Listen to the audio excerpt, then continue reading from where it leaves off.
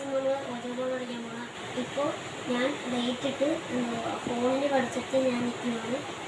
ഞാൻ എൻ്റെ കൂടെ ആരുമില്ല. ഇപ്പോൾ സമയം ഒരു ഗോസ്റ്റ് ഗെയിമാണ് ഞാൻ ഇപ്പോൾ കളിക്കാൻ പോകുന്നത്.